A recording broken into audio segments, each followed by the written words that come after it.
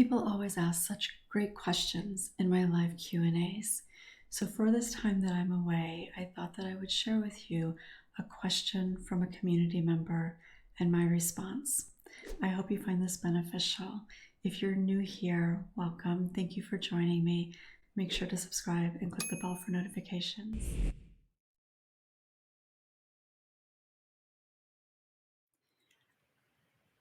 I sabotage everything.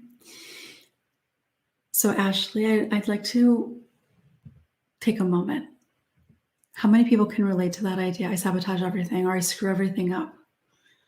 I know I've said things like that to myself without a doubt in the past. But Ashley, I'd like you to take a moment. Is it really true? Like, is it absolutely true that you sabotage everything? Everything? Really, I don't think that's probably true. I don't know that that can actually be completely true. And I'm saying that because it is really important for us to be aware of the power of what we're saying. And if you are saying to yourself, if you believe that you sabotage everything that you do,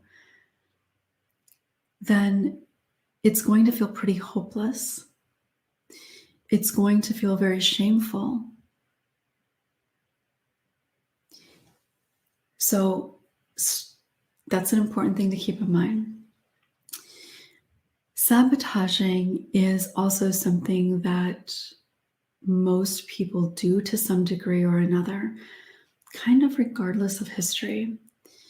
The extent to how we sabotage or the ways that we sabotage may vary quite a bit on a spectrum of things that we can do. But self-sabotage is something that comes up for a variety of reasons as well. And here, it's really important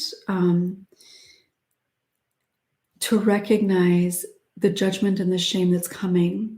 What are you saying to yourself about the fact that you sabotage? Because that is going to have ultimately even more significance than the sabotage. It's going to reinforce the impact and the beliefs that you've been carrying around. So the sabotage obviously isn't good, certainly isn't leading to what you desire. But when you beat yourself up about it, that furthers the impact that it has on you. And again, self-compassion, this is why self-compassion is so incredibly important.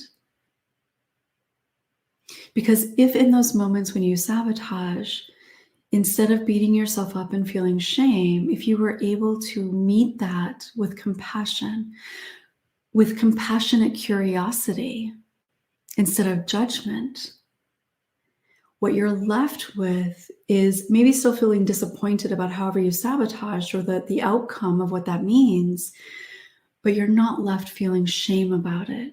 You're left with a sense of, well, self-compassion, which feels a whole lot better. It feels tender, it feels loving. It feels a whole lot better than shame and judgment.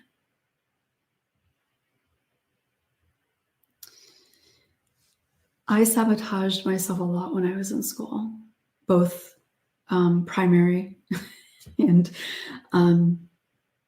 speaking of educational path, I sabotaged myself. I quit high school. Got kicked out of high school a couple times. So I can definitely relate to that. But I also sabotaged when I was getting my degrees. In various ways. I did complete, so I didn't completely sabotage myself, but I sabotaged school almost every semester in some way or another. It's a really hard thing to break from because it becomes such a patterned kind of thing that we do, but we can do it differently as we heal. But it does take very intentional effort, and it does take support, I believe, too. We can't do it on our own. Thank you so much for watching. I do hope that you found it helpful. If you have your own question that you'd like to ask, send it to q&a@courageousjourneys.com. That link will be below. And if you're interested in participating in live events, group experiences, healing experiences, or would just like to stay connected, make sure to sign up for my newsletter. That link will be below as well. Thanks so much for watching.